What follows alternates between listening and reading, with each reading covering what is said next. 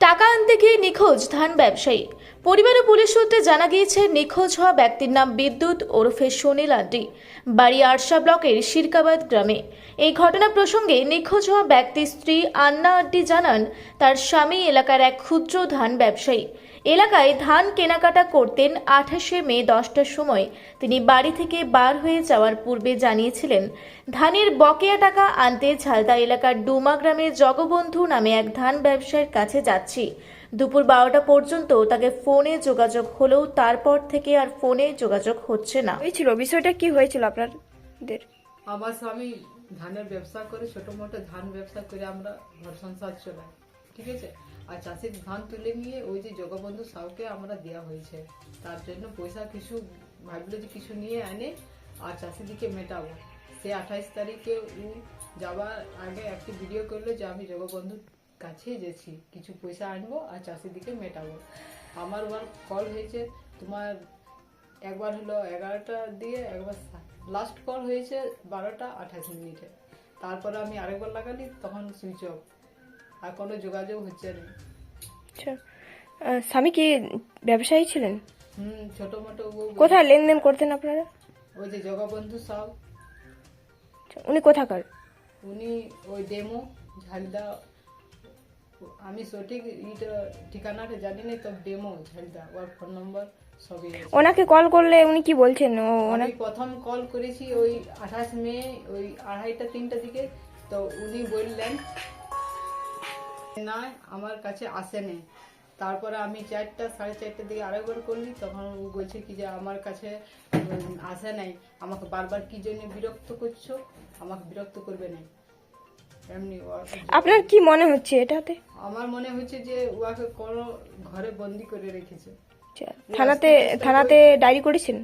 আমি কালকে বিকালবেলা যাইনি, থানাতে ডায়েরি করে এসেছি।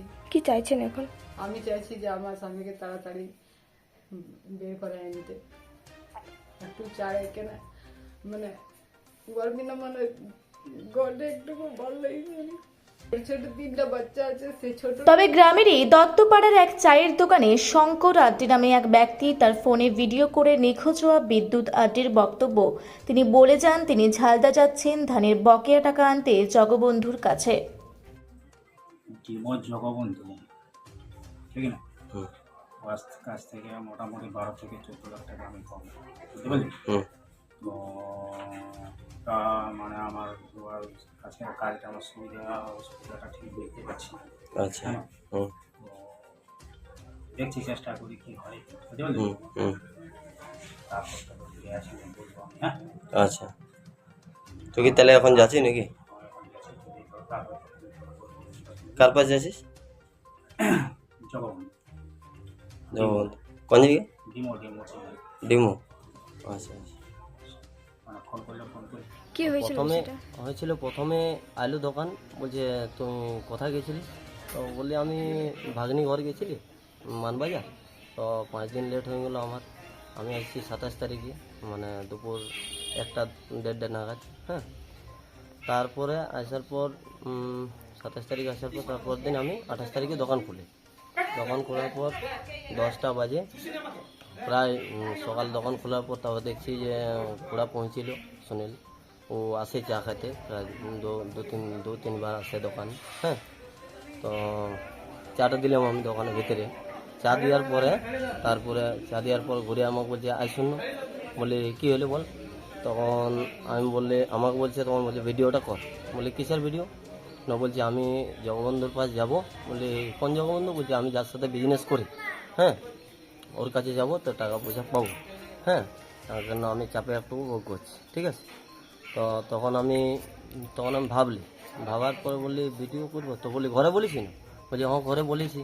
হ্যাঁ, তো বলছি ঘরে বলে আসছি। তো বললি ভিডিও টিডিও নাই করতে হবে। তো বলছি না, ভিডিওটা কর। হ্যাঁ, তখন আমি ভিডিওটা ওর কথা মতো ও আমাকে বললো যে ভিডিওটা কর, আর তুই মাঝে মধ্যে আমাকে বলবি, যে তার আগেই বললো যে রিপিট মারবি যে কে কোথায়, এরকমভাবে। তো আমি সেরকমভাবে ভিডিওটা ওর করেছি। তারপরে ও কিন্তু বলছে আসছে। বলে ঠিক আছে, লোকজন তাহলে কাউকে নিয়ে যা, 2-4 জন। হ্যাঁ, তো বলছি না, বলছে কেউ নাই। বলছে সোমনাথ ঠাকুর। বলি তোর সঙ্গে সবসময় থাকে। তখন বলছে সোমনাথ ঠাকুর পূজা করছে। তো আমি বলি আমাকেও বলতে পারতিস, তো বলছি না না তুই দোকান কর। তারপর কিসে গিয়েছিল? তারপর ও কিন্তু দোকান থেকে বার হলো, তারপর বলতে পারছি না, ও তো বাইক থেকে চালায়নি। দোকান কে থেকে হন বার- উনি? ওরা আপনার কে হন? বন্ধু নাকি? আমার বাকলের কাকা খুড়া সম্পর্ক হলো। কি নাম আপনার? আমি দোকান করি, আমার নাম শঙ্কর। বিদ্যুৎ আড্ডি 2 দিন বাড়ি না ফেরার পরেই তার দাদা জিমুত বাহন আড্ডি 29 মে সন্ধ্যায় আরশা থানার পুলিশের কাছে যান এবং লিখিতভাবে জানান বাড়িতে কিছু না বলে বিদ্যুৎ চলে গেছে। 2 দিন থেকে নিখোঁজ এমন অভিযোগ তুলে অভিযোগ দায়ের করেন আরশা থানার পুলিশের কাছে। শুক্রবার দুপুর 12টা নাগাদ এই ঘটনা প্রসঙ্গে আরশা থানার পুলিশকে ফোন করে জিজ্ঞাসা করা হলে পুলিশ জানিয়েছেন গতকাল সন্ধ্যায় বিদ্যুৎ আড্ডির দাদা জিমুত বাহন আড্ডি থানায় একটা নিখোঁজের অভিযোগ করে। যদিও বিদ্যুৎ আড্ডির পরিবার পুলিশের কাছে কোনো টাকা পয়সা সংক্রান্ত বিষয় বা ভিডিওর কথা উল্লেখ করেনি অভিযোগপত্রে। পুলিশ জানিয়েছে নিখোঁজের অভিযোগ পেয়েছি, তার ভিত্তিতেই সন্ধ্যা থেকেই তদন্ত করেছে পুলিশ। তার পরিজনেদের দাবি প্রশাসন যেন বিদ্যুৎকে খুঁজে বার করেন। কি হয়েছিল এই বিষয়টা?